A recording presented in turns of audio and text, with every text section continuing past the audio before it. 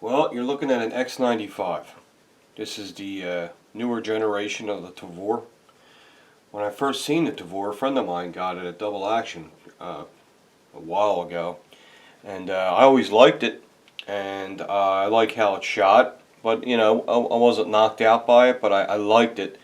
But then when I seen the second version come out, which is the X95, which you're looking at here, I'm like, wow, they really everything annoying about the Tavor is gone now, to me. So we're going to talk about that. You know me, guys. I'm like, I have a fetish for quality. You know what I'm saying? And these particular little rifles are very, very heavy duty. So we're going to talk about what changes they made. I know I'm late coming into this game. There's a million videos out there, but if you haven't seen it, here's my take on it. What I like about it is, I like how small it is. That's what I like about it more than anything. It has a nice look also. It's heavy. It's almost 8 pounds. But when you're holding it, it's extremely balanced. Most of the weight is in the rear, so the weight is rested on your shoulder anyway. The front end is held up with your hand, and it's very simple to do. You can one arm this if you had to, because the weight is in the rear.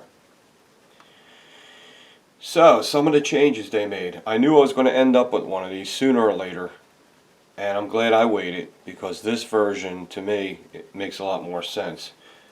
The other one is badass. It's nice, but it just didn't really do it for me 100%. But this one does. So I don't know if you know what the other one looks like. Most of you probably do. What gun people don't. But we're going to tell you. I'm going to show you what changes they made. First thing they did is they chopped off the bottom here. On the original Tavor, it would come down to like here. It's just less material. It's smaller. I have a more shallow bolt release now. It's up in here. This is where the trigger pack is. And the mag release now, instead of back here, is where it should be, like an AR-15. It has a little plastic fence around it too, so you don't accidentally hit it. That's nice. Another really cool thing about it is the whole trigger guard here is all removable, and you can put a little small closed trigger guard on there if you like. They have the other parts that you can order. So if you don't like this big trigger guard and you just like a traditional square closed trigger guard, this whole piece is replaceable, and they have it and it's available. The older Tavor had a really stiff trigger. Everyone was going to putting $300 Geisley triggers in it because the trigger was so heavy.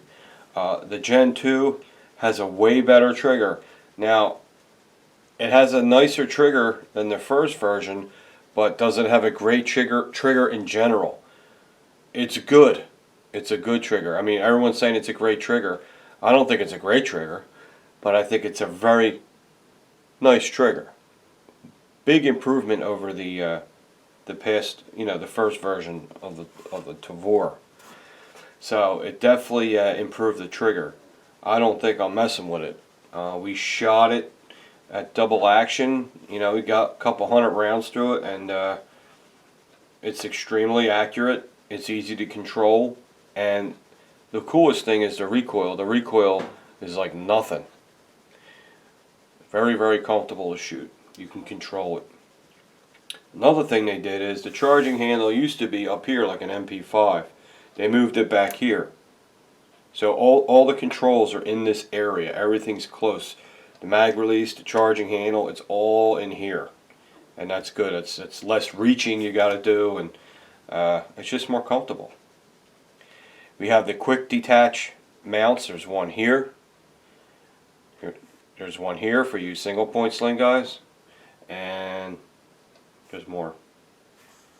There's more. I thought there was another one. Yeah, there's one up here on the top on the other side. Okay. Another good thing about it is it's fully ambi. You can swap it ambi if you're left-handed. Okay, this can go on the other side. The mag release is automatically on the other side. The charging handle, this all can be flipped over that side. Same with the ejection port. You take this off and then you're able to eject out this way. You just have to get a left-handed bolt from Tavor, I guess, to do that. Another good thing is you can convert this to 9mm or 300 blackout. How cool is that? You can get the conversion kit, and this could be a nice little 9mm if you'd like it to be. You also can buy it in 9mm. You also can buy it already set up for a left-handed person. That's another thing. Comes in 3 colors: flat dark earth, OD green, and black. When I can't make a decision between flat dark earth and OD green, I just say, you know what, I'm just going to get black, because you can't go wrong. Now I know you're probably noticing, if you notice gun well, is why do I have these flip-up sights on here? Because it's what I'm used to. I have them on my ARs and all my rifles. I have these quick flip-up sights. They're what I'm used to using, but they do have these really cool, these are Ruger's flip-up sights. These are neat. You don't have to push down, you just push in. They flip up real quick. There's nothing to even think about, you just push the button.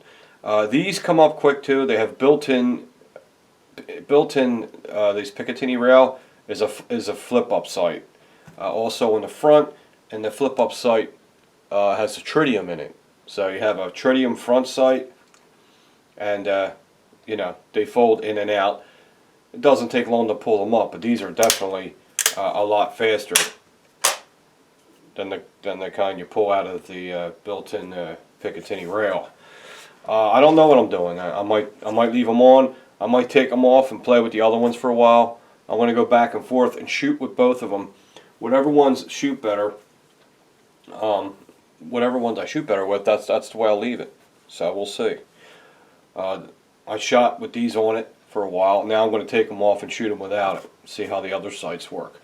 The other sights are probably more in center with the aim point than these are. These are kind of on the bottom part of the aim point. They're probably like lining up through this way on the bottom. But it really doesn't, it ain't affecting anything, because the dot of the aim point is right on top of the sight, and it just, wherever you put the dot, that's where it goes. I mean, that does its job. But they are a little low. These sights are a touch low for this height aim point. But the sights that are built into the Picatinny rail are the correct height for this optic. So you might see these coming off. I don't know. I'm going to play around. Let's see what else I can talk about. The thing that got me with this more than anything is the reputation on its reliability. That, to me, that's the biggest selling feature to a gun for me. The reliability factor with this X95 is superb, judging by all the videos I've seen. And that's huge. That's, you know, anything I can't stand is worrying if a gun's going to start malfunctioning. And there's some heavy shooters out there that shoot a million times more than I do, and they've run hundreds and thousands of rounds of steel, all kinds of ammo, and it just runs all day long with no problems. That is a good feeling, knowing that. Okay. It's really not a long-range precision rifle. This is a fighting rifle. This is a battle rifle. You know, within reason of shorter distances, it could be a great sporting rifle. It's fun at the range. It's fantastic for home defense, depending on your situation, where you live. It's beautiful. Now, AR guys kind of put down where the bolt release is, because it's back here.